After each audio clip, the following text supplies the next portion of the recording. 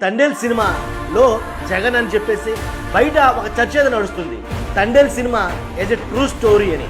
ఇవాళ ఇదే నియోజకవర్గంలో మత్స్యకార సోదరులు ఆ కుటుంబ సభ్యులు నా దగ్గరకు వచ్చారు. పనులు దొరక్క వలసపోతా ఉన్న పరిస్థితులు. గుజరాత్ దాకా వెళ్లి అక్కడ బోట్లలో 10,000 కోసం 8,000 కోసం పనిచేస్తా ఉంటే వీళ్ళకి తెలియక బోట్లు పాకిస్తాన్ సరిహద్దుల్లోకి పోయిందని పాకిస్తాన్ నేవీ వాళ్ళు వచ్చి అరెస్ట్ చేస్తే ఈ రాష్ట్ర ప్రభుత్వం కనీసం పట్టించుకుందా అని అడుగుతా ఉన్నాను ఈ మత్స్యకార సోదరుల గురించి.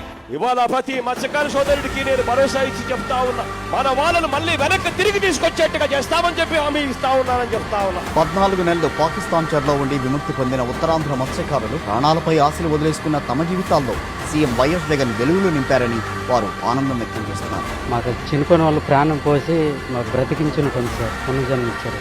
కొందరు ఎలక్షన్ ముందు చెప్తారు మాయ మాటలు, కానీ జగన్ గారు శ్రీకాకుళం వస్తే మా ఫ్యామిలీ తరపున అందరూ 22 మంది ఫ్యామిలీ వెళ్ళి ఏడుచుకుని మాట్లాడితే, అమ్మా నేనున్నాను, నేను గెలిచిన తర్వాత విడిపించే బాధ్యత నాది, ఆ మాట ప్రకారంగా తీసుకొచ్చారు. జగనన్న గారికి ఆయనకి మేము ఎంతో రుణపడి ఉన్నాం. తల్లి మొదటి జన్మ ఇచ్చిందంటే ఈయన రెండో జన్మ ఇచ్చిన వారికి మాకు ప్రాణం పోతారు సార్. మా జగనన్న మాకు పునర్జన్మ ఇచ్చే ఒక దేవుడు, అతని మేము రుణపడి ఉన్నాం. ఏ పువ్వుతో పూజించాలి ఆ దేవుడిని అనిపిస్తుంది. ఒక్కో మత్స్యకారుడి కుటుంబానికి 5 లక్షల ఆర్థిక సాయం అందించారు సీఎం జగన్.